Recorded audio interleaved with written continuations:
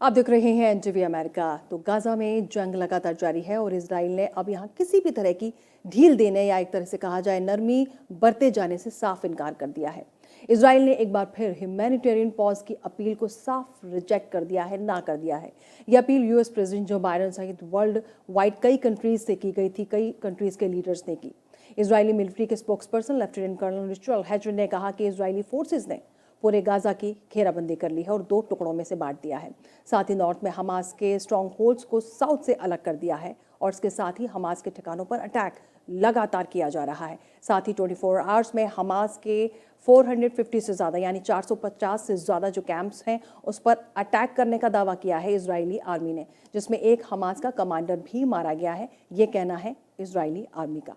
वहीं गाजा में लगातार इजरायली जो बॉम्बार्डिंग हो रही है, जो अटैक हो रहे हैं, उसकी वजह से सिविलियंस तक बेसिक ह्यूमैनिटेरियन एड नहीं पहुंच पा रहा है। उधर व्हाइट हाउस के मुताबिक प्रेसिडेंट जो बाइडेन ने आज जो है मंडे को Israeli prime minister Benjamin Netanyahu से बात की, लेकिन ह्यूमैनिटेरियन पॉज यानी कुछ वक्त के लिए जंग रोकने के लिए इजराइल को तैयार करना, उनको कन्विंस करना बहुत ही मुश्किल हो रहा है।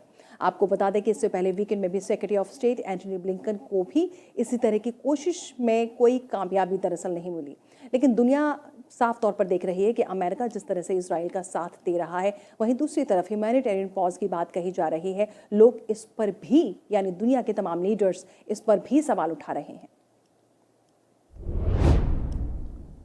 और गाजा में जिस तरह के हालात हैं उसके बीच लोग अपनी जान बचाने के लिए अपने घरों को छोड़कर जा रहे हैं।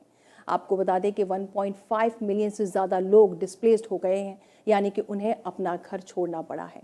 इस वक्त अगर देखा जाए 690,000 से ज़्यादा सिटीजन्स ऐसे हैं जो 149 करीब जो इमरजेंसी शेल्टर्स वहाँ तैयार किए गए हैं यूएन की तरफ से, वहाँ पर रहने के लिए मजबूर हो गए हैं। 7 अक्टूबर से गाजा में हालात क्या हैं ये सभी को नज़र आ रहे हैं। अब हमास मिलिटेंट्स के इजराइल में अटैक के बाद हमास के खिलाफ इजराइल ने ऑपरेशन शुरू किया।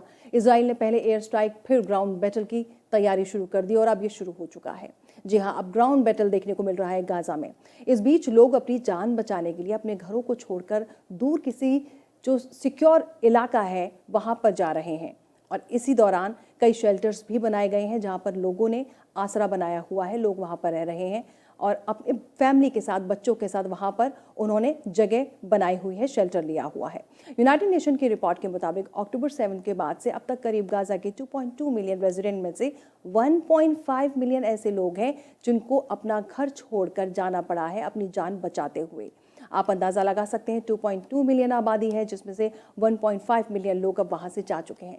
मतलब गाजा की 60 से 70% जो पॉपुलेशन है अपने घरों को छोड़कर जा चुकी है। इनमें से भी 50% लोग जो हैं लोकल यूएन फैसिलिटीज़ में शेल्टर लिए हुए हैं। वहीं वॉर की वजह से गाजा में फूड, इलेक्ट्रिसिटी और वाटर की क्राइसिस क्या है, ये तस्वीरें हम लगातार दिखा रहे हैं। एक तरफ क्राइसिस है, दूसरी तरफ शेल्टर्स में भी हालात बहुत अच्छे नहीं हैं।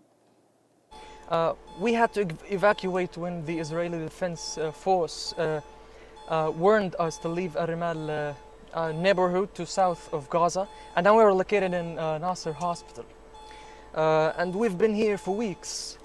Well, this bus, as you can see, that is supposed to be used for transportation, but now it has become my office during the day of work, as I use it.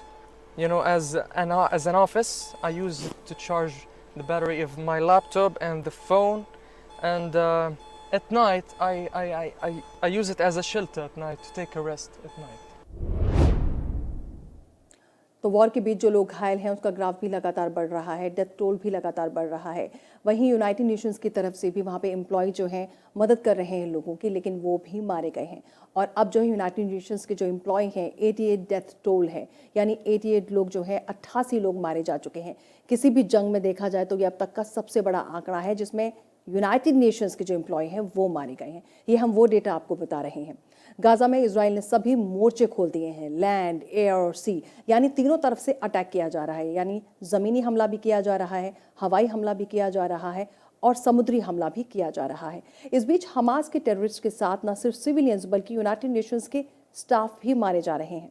Report के मुताबिक इस लड़ाई में, इस जंग में अब तक 88 यूनाइटेड नेशंस एड वर्कर्स की मौत हो चुकी है। फिगर अभी किसी स्ट्रगल में मारे गए यूएन एड वर्कर्स से कहीं ज़्यादा है। जी हाँ, गाज़ा में अब तक हज़ारों लोग मारे जा चुके हैं, जबकि लाखों लोगों को अपना घर छोड़कर जाना पड़ा है। और इस बीच जो मदद दी जा रही है, मदद करने के लिए जो यूनाइटेड नेशंस के एम्प्लॉय आगे आ रहे हैं, एड वर्कर्स, उनकी भी जान जा रही है।